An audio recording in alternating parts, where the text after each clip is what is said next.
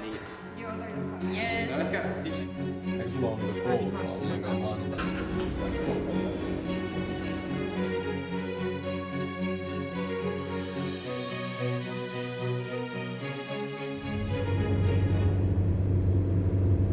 Kuvaukset ovat ylivoimaisesti suurin yksittäinen työvaihe koko tuotannossa. Kun useita muita työvaiheita voi työstää jopa ajoittain etänä, on kuvauksiin saatava paikalle koko orkesteri.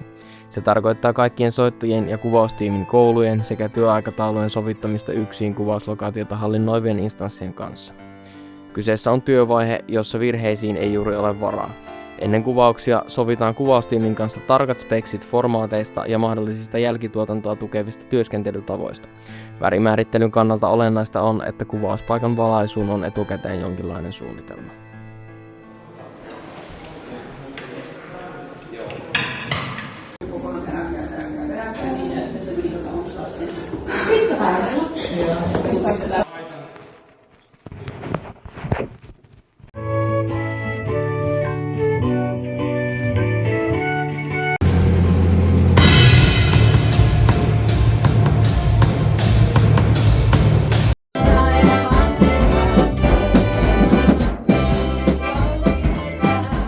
Tuliko mieleen, että miksi me pelataan Tetristä sun auton peräkontin kanssa 8:30 aikaa Tuomiokirkon eessä?